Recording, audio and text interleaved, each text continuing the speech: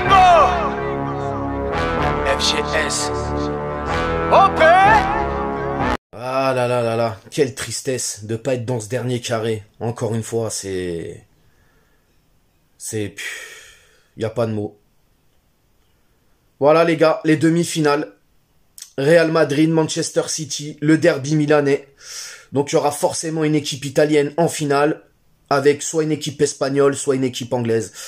En tout cas, je peux vous dire une chose les gars. Hein. Si Manchester City était amené à soulever la coupe aux grandes oreilles, je peux vous dire que du côté de Doha, ça va faire la gueule. Hein. Ah là là.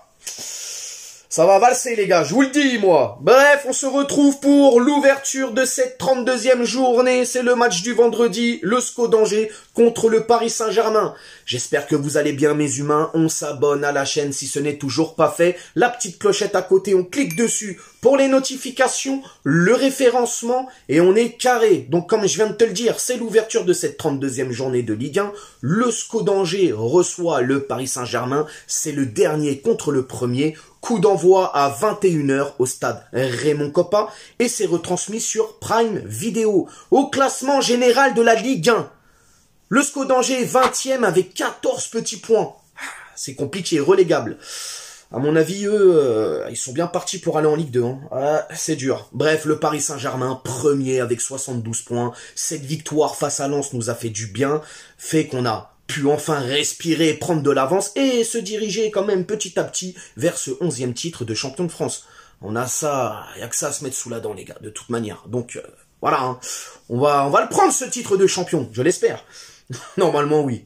Sur les 3 derniers matchs, chacune de leur côté en Ligue 1, pour le SCO d'Angers, c'est un nul, une victoire et une défaite.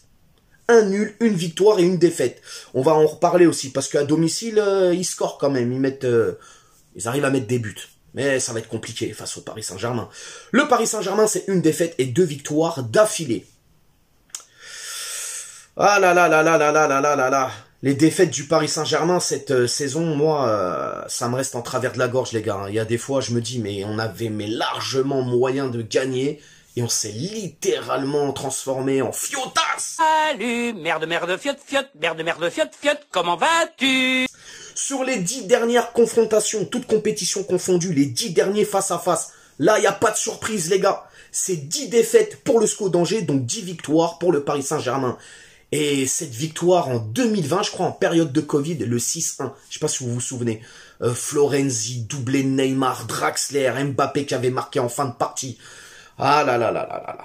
C'était pas mal ce match, j'avais bien aimé. Il y avait tout ce qu'il fallait. Moi, en même temps, en face, il n'y a pas une grande adversité, j'ai envie de te dire.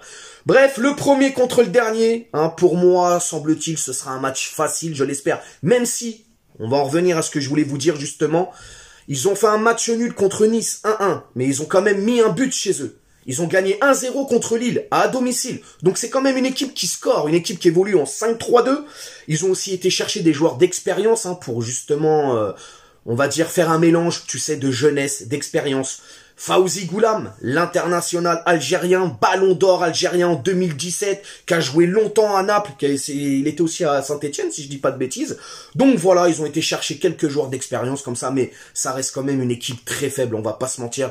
Paris, normalement, dans ce match, va se faciliter la tâche, va pouvoir mettre son jeu en place, va pouvoir même techniquement être au-dessus, ça c'est sûr. Donc, il ne devrait pas avoir de surprise. Mais attention, attention, parce qu'on le sait, le Paris Saint-Germain, ils aiment bien prendre les petites équipes de haut. Et des fois, il y a une surprise. Des fois, on tombe de haut aussi. Tu vois ce que je veux dire?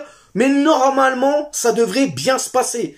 Et quand tu affrontes une équipe qui est moins forte que toi, sur le papier et sur le terrain, tu te dois de la respecter. Et la respecter, qu'est-ce que c'est? C'est de lui mettre une fessée, c'est de lui mettre une grande claque dans la tronche.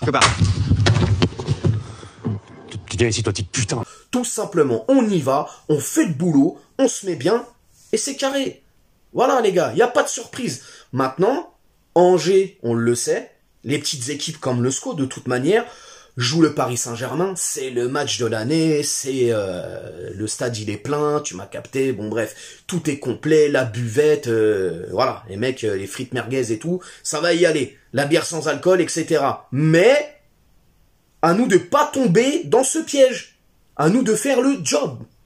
Le retour de Verratti dans le groupe, on l'a vu hier, il s'est entraîné. Donc, je pense qu'il sera titulaire sur ce match. Il y a toujours des blessés, Neymar, Renato, Mukiele, Kipembe, Lelele, bon bref. Ah là là, ah oui, Neymar aussi qui va être papa. Hein. Quand je vois des trucs sur Internet, il y a des gens qui ont dit, Neymar va être papa, il va faire une saison de ouf l'année prochaine. Non mais les gars, s'il vous plaît, comment vous pouvez... Hein, moi, je sais pas, ça me dépasse. Bref. On va rentrer dans ce 11 de départ, les gars. Donc, le 11 de départ pour demain, de ce que je vois, moi, personnellement, je vois un PSG qui va débuter comme sur les derniers matchs. Sauf que là, vu qu'il y a le retour de Verratti, on va jouer avec une pointe basse et pas une pointe haute comme on l'a fait avec Soler. Donc, Donnarumma dans les cages. Sergio Ramos, Marquinhos, Danilo pour la charnière centrale. Verratti, Vitinha, Fabian Ruiz pour le milieu. Donc, cette pointe basse en sentinelle avec Verratti. Nuno Mendes à gauche en piston, à droite piston droit Hakimi et l'attaque Messi, Mbappé. Le score les gars. Bon, le score. Je vais partir sur un 1-3. Donc 1 pour le SCO d'Angers, 3 pour le Paris Saint-Germain. Évidemment, victoire du PSG. Ouais, je vois pas de clean sheet les gars. Comme c'est une équipe quand même qui arrive à scorer à domicile, je les vois quand même nous mettre un but. Après, j'espère que je vais me tromper, hein. C'est le but. C'est le pronostic. Donc 3-1 pour le Paris Saint-Germain et je vais mettre doublé de Mbappé et un but de Messi. Voilà les gars. C'est un peu ce que je sens pour demain. Maintenant, j'espère que le PSG vont pas nous faire une contre-performance, hein, parce que là, voilà, on sait, c'est la fin du championnat. Les mecs, ils ont déjà la tête ailleurs. Il y en a certains qui ont peut-être la tête aussi dans leur prochain club. Les autres en vacances et tout, etc. Bon bref, ramenez-nous la victoire, c'est tout ce qu'on veut. Les amis, on s'abonne à la chaîne si ce n'est toujours pas fait, bien évidemment. On clique sur la petite cloche, etc., etc. Et puis on s'attrape demain. Pour le débrief. Ciao. On t'a fait une Lugano, c'est que tu t'es pris une banane. Pas de gauche à la néné, nettoyeur de lucarne, nique sa mère, les foutiques, c'est Lutèce.